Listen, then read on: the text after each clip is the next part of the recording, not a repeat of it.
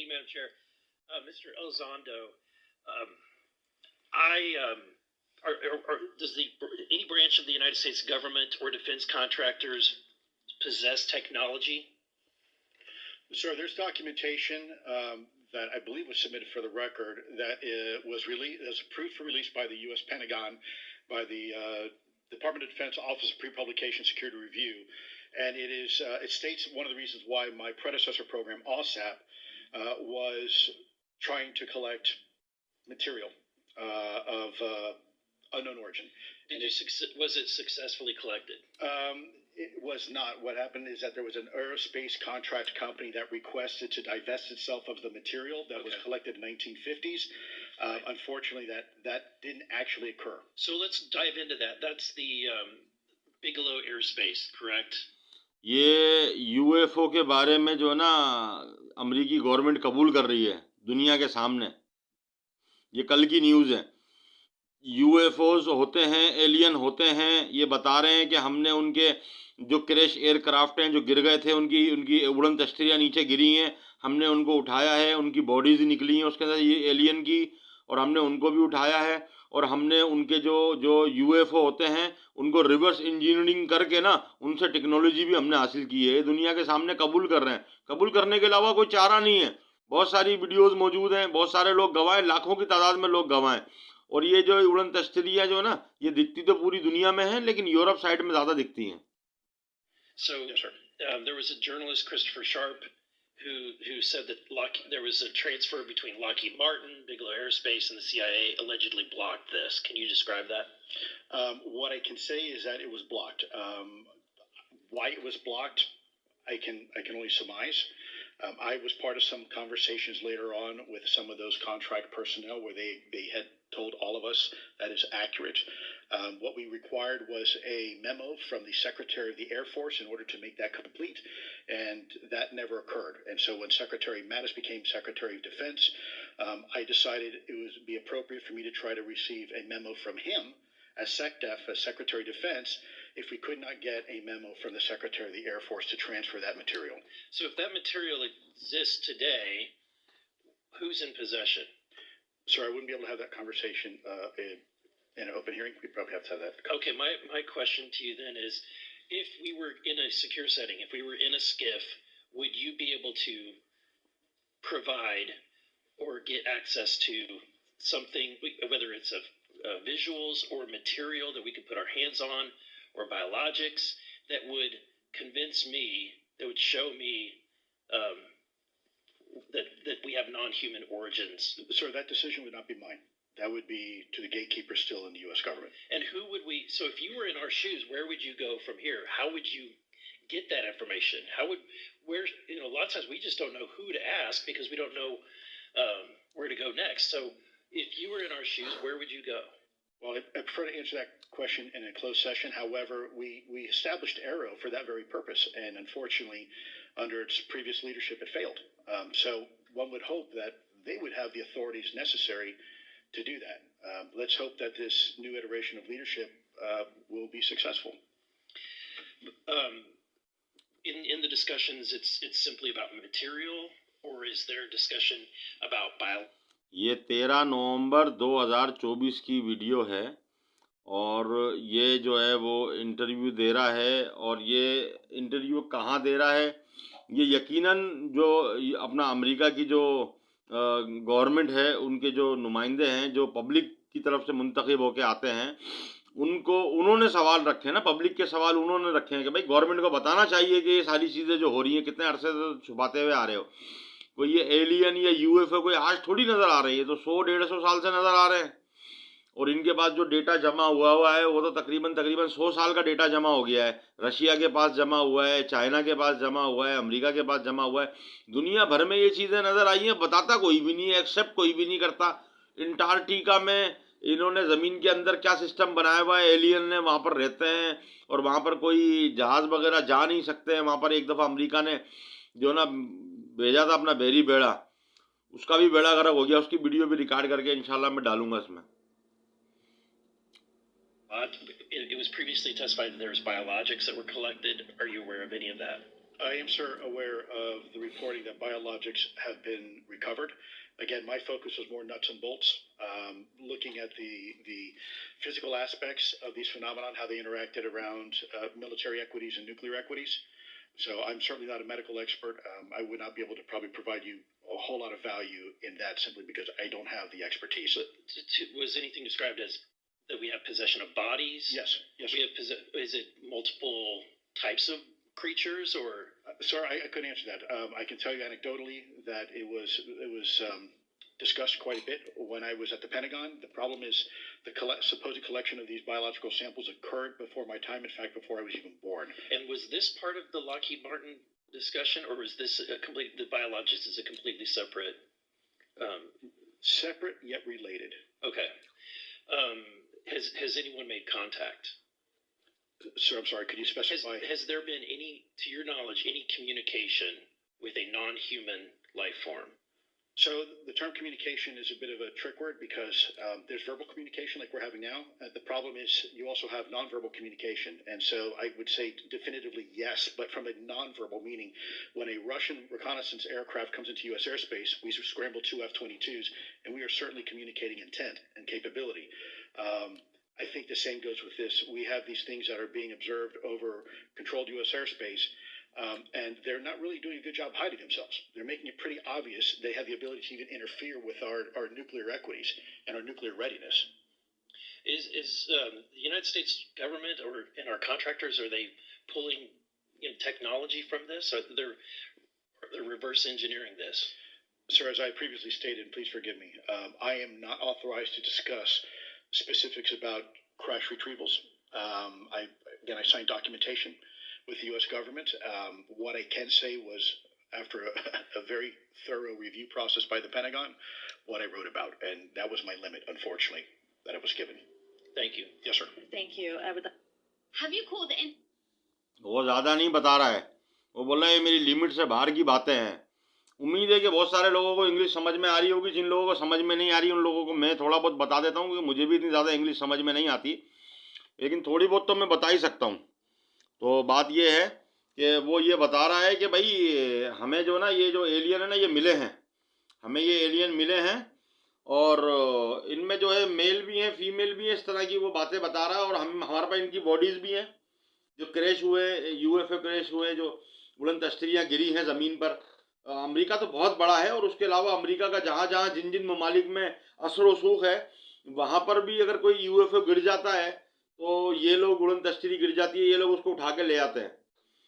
तो मैंने तो यहाँ तक मालूमात की, मुझे इन चीज़ों का बहुत शौक है. मैंने यहाँ तक जो ना मीडिया पर देखा है और रिसर्चर्स की बातें मैंने सुनी हैं, किताबें लोगों ने लिखी हैं बाद में कि अफगानिस्तान से भी इन्होंने एक यूएफओ उठाया था, वो इनको जिंदा यूएफओ मिल गया था और उस यूएफओ को उठाने के चक्कर में इनके बंदे भी मरे थे. वो अफगानिस्तान की किसी गार में रखा हुआ था और उसके करीब जो भी जा रहा था वो जल के मर रहा था. अब अल्लाह जाने इन्होंने उसके अंदर क्या किया, किस तरीके से उसको उठाया. बहरहाल उन्होंने उठाया, वहां से उठाया, उसको लेके गए. यूएफओज या उड़न तश्तरियाँ कौन सी खलाई मखलूक की है? दुनिया में तो बहुत खलाई मखलूक है. अल्लाह पाक तो रब्बुल आलमीन है ना, आलमीन तो बहुत सारे अल्लाह पाक ने बनाए हैं. तो इस बारे में जो है वो कुरान की आयतें भी हैं, वो भी बताती हैं कि जो अल्लाह की मखलूक बहुत सारी हैं, बहुत सारी अल्लाह की मखलूक हैं. और लोगों को कहा है कि तुम उन्हें नहीं जानते हो. और ऐसे ही जो वो अपना क्या कहते हैं, ये जो भी उड़न तश्तरियाँ वगैरह यहाँ पर आती हैं और ये लोग जो पहुँचते हैं तो ये उनकी रिवर्स इंजीनियरिंग करके ना उसमें से टेक्नोलॉजी हासिल करने की कोशिश कर रहे हैं और काफ़ी कुछ इन्होंने हासिल किया भी है. आप देखोगे जब कंप्यूटर बनाया था तो कंप्यूटर का जो प्रोसेसर था ना, वो एक प्रोसेसर इतना बड़ा था कि आप एक कमरे को लगा लो, 10 बाई 10 का या 12 बाई 12 का एक कमरा, इतना बड़े कमरे जितना वो प्रोसेसर था कंप्यूटर का. फिर बहुत जल्दी इंसान ने तरक्की की और इतना सा कंप्यूटर बना दिया. अब इतनी जल्दी जल्दी तरक्की कैसे हो रही है? हम कई 100 साल में तो यहाँ तक पहुँचे थे कि हमने साइकिल पहिया ईजाद किया था, साइकिल बनाई थी और फैक्ट्रियाँ बनाना शुरू की, स्टीम वाले इंजन बनाना शुरू किए और ये रेलगाड़ी बनाना शुरू की. बड़ी मुश्किल से यहाँ तक पहुँचे थे. लेकिन जो बाकी सफ़र हमने तय किया है ना, यानी कि तुम ये अंदाज़ा लगा लो सब लोग कि जो बंदा आज 40, 45, 50 साल का बंदा है, 60 साल का बंदा है, उसने एक तरक्की नहीं देखी है, उसने इतनी सारी तरक्कियां देखी हैं, इतनी सारी उसने एज देखी है। सबसे पहले तो उसने देखा कि ब्लैक एंड व्हाइट टीवी, पहले तो रेडियो का दौर था, वो बीबीसी की खबरें सुनते थे रेडियो के ऊपर। अच्छा, रेडियो का दौर था, रेडियो के बाद टेलीविजन आया, तो ब्लैक एंड व्हाइट टेलीविजन आया। किसी किसी के पास टेलीविजन होता था, बहुत अमीर लोगों के पास। टेलीविजन के बाद वीसीपी और वीसीआर आया, तो ये भी बड़ी बड़ी बात थी। वो पूरे मोहल्ले में एक आध बंदे के पास कोई वीसीआर वगैरह हुआ करता था। फिर वीसीआर वीसीपी के बाद जो है वो आप देखोगे कि टेक्नोलॉजी अचानक से बढ़ने लगी। मोबाइल अपना वायरलेस, कार्डलेस और वायरलेस फोन आए, ठीक है। उसके बाद अचानक मोबाइल फोन आना शुरू हो गए, फिर इंटरनेट आ गया, 2G नेटवर्क आ गया, 3G आ गया, 4G आ गया, 5G आ गया, अब 6G और 7G और 8G की तैयारी है। इतनी तेजी से जो दुनिया ने तरक्की की है ना, तो इंसानों ने कोशिश की है, ये मानी जाने वाली बात है। इंसानों ने कोशिश की है, बहुत कोशिश की है। इंसान तरक्की करते हुए आ रहे हैं, मुसलसल कोशिश कर करके अपनी अपनी नाकामियों से सीखते हैं, उसी से कामयाबी निकालते हैं, ये बात सही है। लेकिन जिस हिसाब से इंसान ने तरक्की की है ना, मुझे तो समझ में नहीं आती बात कि इंसान इतनी जल्दी, इतनी तेजी से, इतनी ज़्यादा तरक्की कर सकता है। मुझे ये बात समझ में नहीं आती। मुझे समझ में नहीं आती तो इसका मतलब ये नहीं बात गलत है, बात सही भी हो सकती है। लेकिन मैं ये समझता हूँ कि इंसानों की इस तरक्की का जो राज है ना, जो इतनी तेजी से तरक्की करके इंसान इतनी आगे गया है, वो कहीं ना कहीं ये उड़न तश्तरियाँ और एलियन और ये खलाई मखलूक है, इनसे जुड़ा हुआ है। इनकी टेक्नोलॉजीज हासिल की हैं, इनसे राब्ता किया है, इनसे कांटेक्ट किया है, और बहुत सारी वीडियोस और बहुत सारी तहकीकाती रिपोर्ट। ये लोग, अंग्रेज लोग तो बहुत तहकीकात करते हैं। ये लोग तो एक एक चीज के ऊपर पूरी पूरी जिंदगी तहकीक करते रहते हैं। और इनके बहुत सारे इदारे, बहुत सारी कंपनियां, बहुत सारी फैक्ट्रियां ऐसी हैं। मिसाल दे रहा हूँ, छोटी सी मिसाल दे रहा हूँ ताकि आसानी से समझ में आ जाए।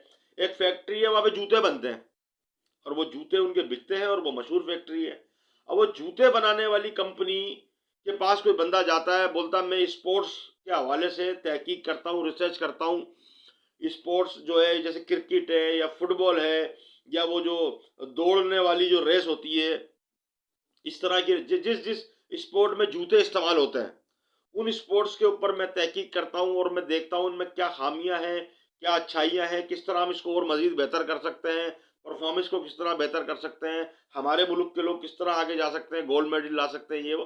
तो वो जूते की कंपनी उसके ऊपर पैसा लगाएगी, और उस बंदे की रिसर्च हासिल करेगी, और उस बंदे का फोटो और अपनी कंपनी का लोगो, अपनी कंपनी के जूते उसकी उसकी उसका इश्तिहार देगी, उसको उसकी मशहूरी देगी, अपने प्रॉफिट में से उस बंदे को पैसे देगी, तू तहकीक कर, तू तहकीक कर। हमारे यहाँ ये सिस्टम नहीं है। हमारे यहाँ कोई बंदा अगर अच्छा काम करना चाहता है, कोई भी अच्छा काम, XYZ, अगर वो कोई अच्छा काम करना चाहता है, कोई अच्छी गाड़ी बनाना चाहता है, कोई अच्छा औजार बनाना चाहता है, अपना किसानों के लिए कोई अच्छी चीज बनाना चाहता है, आम नॉर्मल इंसानों के लिए या माजूर इंसानों के लिए, माजूर इंसानों के लिए अच्छी चीज बनाना चाहता है, या जिनका ज्यादा जिस्म का हिस्सा मफलूज है, उनके लिए कोई बेहतर चीज बनाना चाहता है, तो मुझे जरा बताओ तो उसको कौन सा इदारा, कौन सी उसको उसको सपोर्ट फराहम करता है? इल्ला माशाअल्लाह। अगर पाकिस्तान में 1000 लोग इस तरह की कोशिश करते हैं ना, तो उनमें से एक बंदे को सपोर्ट कहीं ना कहीं से मिल जाती है, वो भी लिमिटेड सपोर्ट होती है। हमारा माहौल ऐसा नहीं है, हमारा माशरा ऐसा नहीं है, हमारी सोच ऐसी नहीं है, हमें बचपन से तालीम वो नहीं मिली जिस तरह से हमारा ये डेवलप होता माइंड, और जिस सारी सोच हमारी डेवलप होती। हमारा तो सिस्टम जो है ना, जो नीचे से लेकर ऊपर तक जो हमारा जिंदगी गुजारने का सिस्टम है हमारे मुल्क के अंदर, बल्कि हिंदुस्तान, पाकिस्तान, बांग्लादेश, अफगानिस्तान, सब जगह तकरीबन एक ही मामला है, उसमें बहुत ज़्यादा बेहतरी की गुंजाइश मौजूद है, और हमें यकीनन उसकी बेहतरी के लिए कोशिश करनी चाहिए। और एक बंदा है, उसका नाम तो मुझे याद नहीं है, लेकिन उसका एक चैनल है यूट्यूब के ऊपर, तख्ती तख्ती के नाम से चैनल है। बेहतरीन बंदा है, मैं बोलता हूँ साइंसदान है, बहुत ज़बरदस्त बातें बताता है, तालीम, हर चीज़ के बारे में बताता है। वो साइंसदान है, हर चीज़ के बारे में इतनी ज़बरदस्त किस्म की नॉलेज देता है वो बंदा, कि ऐसी नॉलेज जो है ना, वो किसी और चैनल पे नहीं मिलेगी आपको। हर टेक्नोलॉजी के बारे में बताता है वो, आपको तालीम के बारे में भी बताएगा, बच्चों की नफ्सियात के बारे में भी बताएगा, मुख्तलिफ और चीज़ों के बारे में बताएगा, टेक्नोलॉजीज के बारे में बताएगा, दिमाग पे तहकीक हो रही है उसके बारे में बताएगा, गुर्दों फेफड़ों मसालों किसी चीज़ पे भी तहकीक हो रही है, क्या रिजल्ट निकल के आ रहा है उसके बारे में बताएगा।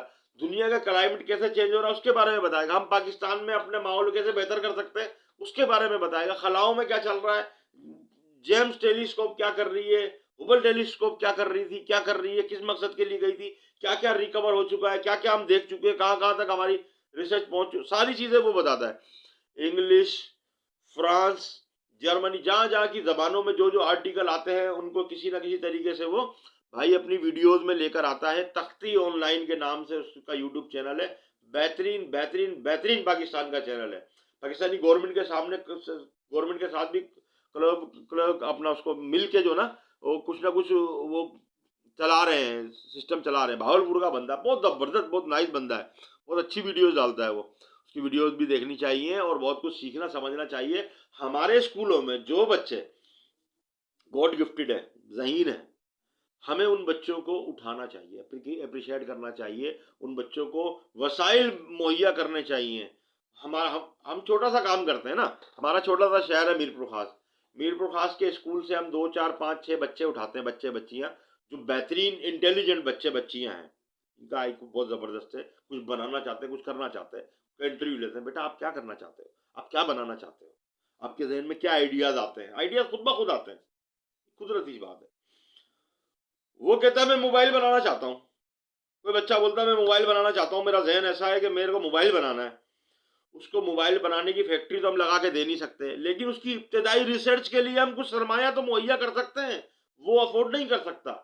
हमारे यहाँ पर कोई मिठाई की दुकान है, हमारे यहाँ पर कोई बड़ी फैक्ट्री है, हमारे यहाँ पर कोई बड़ा जनरल स्टोर है, हमारे यहाँ पर कोई बड़ी कपड़े की दुकान है, हमारे यहाँ पर जो भी ऐसा चलता फिरता कारोबार है, कोई भी बड़ा कारोबार, मैं किसी मखसूस कारोबार का नाम नहीं ले रहा हूँ, कोई भी कारोबार हमारे यहाँ पर जो चलता फिरता अच्छा बड़ा कारोबार है, उसके ओनर से हमें बात करनी चाहिए कि अल्लाह पाक ने आपको इज्जत दी है, अल्लाह पाक ने आपको इतना माल दिया है, कारोबार बिजनेस आपका माशाल्लाह अच्छा चलता है और बढ़ रहा है, आपके मीरपुर खास शहर का ये बच्चा है, ये करना चाहता है, 2 4 5 लाख रुपए आप इसकी रिसर्च पे अगर लगा दोगे तो जो भी ये काम करेगा ये कामयाब होगा या नाकाम होगा ये अलग बात है, ये अलग बात है, कामयाब होगा या नाकाम होगा ये अलग बात है। देखो कोई भी काम बगैर रिस्क के आप नहीं कर सकते।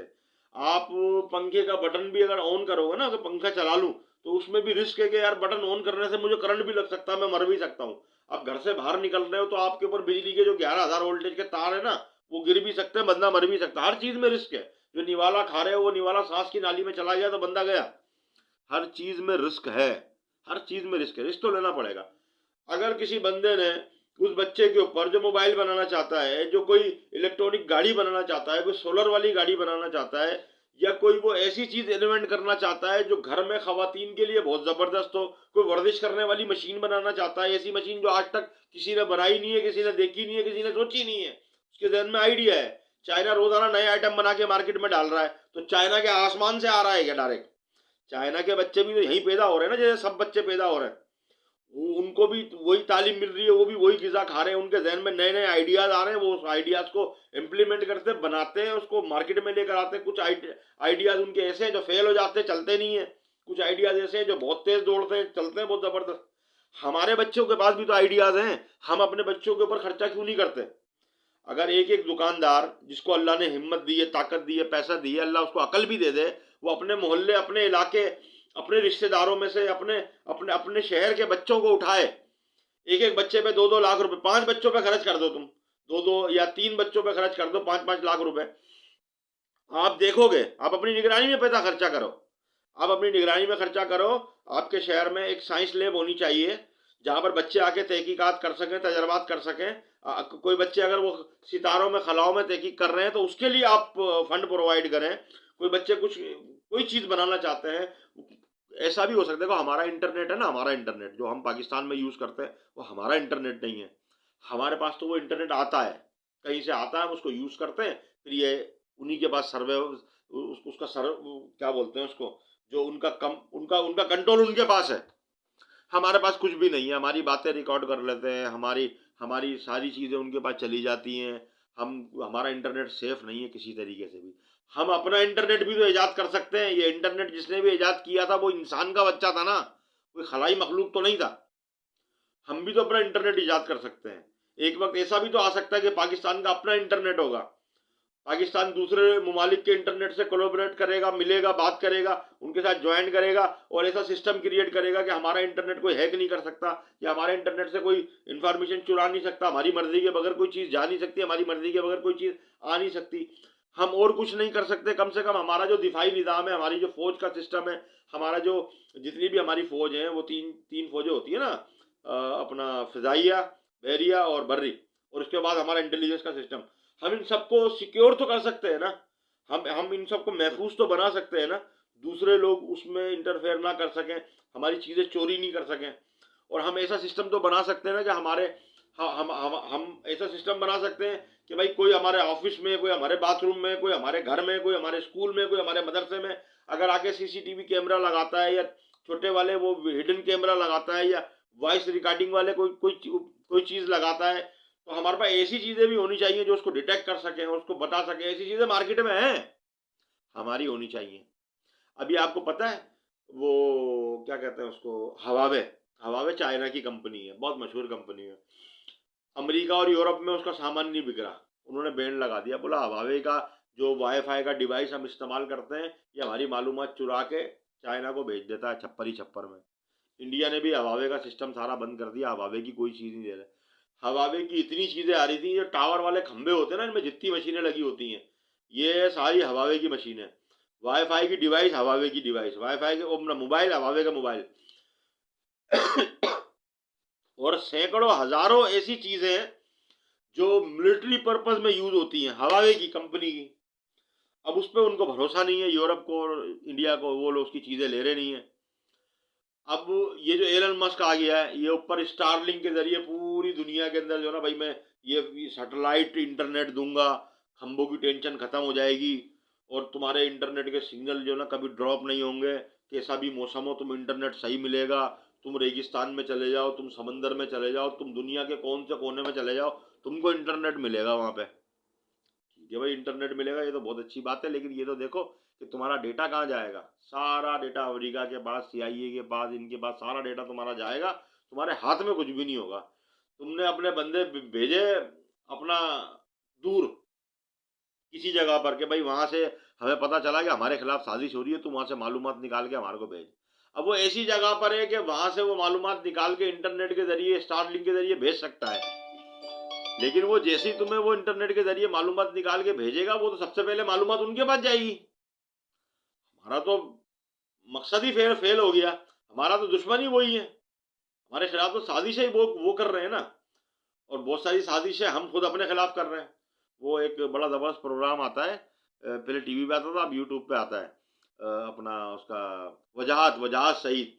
पाकिस्तान के खिलाफ बहुत सारे महाज खोले गए, कुछ हमने खुद खोले और कुछ हमारे खिलाफ खोले गए, तो हमने भी बहुत सारे महाज खोले हुए। लेकिन आज जो मैं बात करना चाह रहा था, जो मैंने बात की है, एलियन की बात की, उड़न तश्तरियों की बात की, हकीकत है, कोई माने नहीं माने। मैं ये बात कर रहा हूँ कि हमारी जो छोटी छोटी दुकानें हैं, जो छोटी छोटी फैक्ट्रियाँ हैं, जो थोड़ी बड़ी बड़ी दुकानें हैं, जो बड़ी बड़ी फैक्ट्रियाँ हैं, प्राइवेट सतह पर, गवर्नमेंट से तो मुझे उम्मीद नहीं है। पूरे मुल्क पाकिस्तान में एक इदारा है जो अपने आप को मजबूत समझता है, जो अपने आप को मुकद्दस गाय समझता है, उसके ऊपर आप बात नहीं कर सकते, हालांकि वो हमारा इदारा है, हमारा इदारा है, और हमारे ही टैक्स के पैसों से उसके पास तनख्वाह जाती है, सब कुछ हमारा ही है। वो उसका एक एक भाई हमारा भाई है, उसका एक एक बाप हमारा बाप है। हमने उसको अपने सर पे बिठाया, अपने सर का ताज बनाया, अपने अपने जो है दामादों की तरह इज्जत की। मेरे को मेरे बुजुर्ग बताते थे कि जब 65 में जंग हुई तो हाँ, हमारे जो बड़े बूढ़े बड़ी बूढ़ियां असली घी की बाल्टियां ले लेके फौजियों को देने जा रही हैं। यार कितनी मोहब्बत करते हैं, असली घी की बाल्टियां, मेरे बच्चों मेरे बेटों जंग लड़ने जा रहे हो, असली घी लेके जाओ, असली घी खाना। यार उस कौम को तुमने ऐसे दबा के, इन्होंने ऐसे दबा के रखा हुआ है, वो कौम उभर नहीं सकती, पनप नहीं सकती, बढ़ नहीं सकती, सच बोल नहीं सकती, बंदा गायब। अब जब वो निकलेगा तो वीडियो में गलती हो गई, अब उसका सॉफ्टवेयर अपडेट हो गया। सच बोलने वाले इंसान का सॉफ्टवेयर अपडेट कर दो, क्या होगा? सच मर जाएगा, सच दफन हो जाएगा, सच दोबारा कभी आएगा नहीं। आज नहीं आएगा, 2 साल बाद आएगा, 4 साल बाद आएगा, 5। तिलकल अय्यामु नुदाविलुहा बैनन नास। अल्लाह तो दिनों को लोगों के दरमियान घुमाता है। इन्ना मअल उसरि युसरन फ इन्ना मअल उसरि युसरा, कि अच्छे दिनों के साथ फिर बुरे दिन भी आ जाते हैं कभी। फिर जब बुरे दिन चल रहे होते हैं सारी जिंदगी तो बुरे दिन नहीं चल रहे, तो अच्छे दिन भी आ जाते हैं। और कितने ही फिरौन गुजरे दुनिया में, गुजर गए, गुजर गए, तकरीबन फिरौनों का अंजाम बुरा ही हुआ है। कुरान में वाकयात भरे पड़े हैं। शिद्दात, और शिद्दात ने जन्नत बनाई थी। कारून, हामान, मतलब कोई भी अमर नहीं हुआ और किसी का भी नाम इज्जत से नहीं लिया जाता। जो अच्छे काम करेगा तो वो जन्नत में जाएगा, जिसको यकीन है कि जन्नत नाम की कोई चीज़ है, और इंशाल्लाह मुझे तो यकीन है कि जन्नत नाम की कोई चीज़ है, मेरा रब ज़रूर देगा। तो हमेशा अच्छे ही काम करने चाहिए। और मैं तो ये चाहता हूँ कि मेरी कौम के जो बच्चे हैं वो तरक्की करें, और ऐसे बच्चे जो जो गॉड गिफ्टेड हैं, जिनका माइंड बहुत अच्छा है, जो तरक्की, जो कुछ बनाना चाहते हैं, कुछ करना चाहते हैं। हमारे छोटे छोटे दुकानदार, छोटी छोटी फैक्ट्री वाले, ऐसे हजरात जिनके पास थोड़ा बहुत पैसा है, वो उनको सपोर्ट करें। बेशक अपनी दुकान का लोगो लगाएं उनके पीछे, उनको टी शर्ट बनाएं अपनी दुकान के नाम की। बेशक आप उनके ऊपर पैसा लगाएं और अपना नाम भी चमकाएं। आप बोलेंगे भाई मेरी दुकान है अगड़म शगड़म मिठाई वाला, अगड़म शगड़म मिठाई वाले की जो कैप पहनेगा वो अगड़म शगड़म मिठाई वाले की वो शर्ट पहनेगा, अगड़म शगड़म मिठाई वाले का वो पेनाफ्लेक्स लगाएगा, और बोलेगा इन्होंने मुझे मुझे मुझे स्पॉन्सर किया है, और मैंने देखो ये मोबाइल बनाया है, मैंने देखो ये चीज़ बनाई है, मैंने देखो ये गैजेट बनाया है। उसकी भी मशहूरी होगी। और ये गैजेट बनाएगा ना, इसके ऊपर तुम पैसा लगा रहे हो 5 लाख 10 लाख, इसको बोलो जब तू ये बना लेगा, तैयार कर लेगा, इसमें हमारा भी हिस्सा होगा। तू बनाएगा 100% ये तेरा ही है, लेकिन भाई 20% हमको भी हिस्सा दियो, और कभी भी तू हमारा एडवर्टाइज खत्म नहीं करेगा, ये साइन कर। अगर वो बच्चा नाकाम हो जाता है तो तुम्हारे तो 10 लाख रुपए गए ना, कोई बात नहीं, अल्लाह और दे देगा। लेकिन अगर वो बच्चा कामयाब हो जाता है और वो 10 लाख रुपए जो तुमने लगाए थे वो करोड़ों और अरबों रुपए की कोई कंपनी बन जाती है, बड़ी कंपनी बन जाती है, तुम ये सोचोगे तुम कहाँ जाओगे? तुम्हारा वो 10%, 20%, 25% का जो शेयर उसके साथ है ना, वो सारी जिंदगी शेयर मिलता रहेगा तुमको। और तुमने उससे जो माहिदा किया है कि हमारा नाम तो सारी जिंदगी इस्तेमाल करेगा अपनी अपनी इस ईजाद में, जो तूने चीज ईजाद की है, इसके साथ वो तुम्हारा नाम सारी जिंदगी चलता रहेगा। तुम्हारी दुकान मशहूर हो जाएगी। एक शहर में दुकान थी, 150 शहरों में दुकान हो जाएगी, मुल्क से बाहर भी तुम्हारी दुकानें हो जाएंगी। पैसे तो लगाओ बच्चों के ऊपर, कोशिश तो करो। ठीक है भाई, अल्लाह हाफिज़। बहुत हो गई बातें।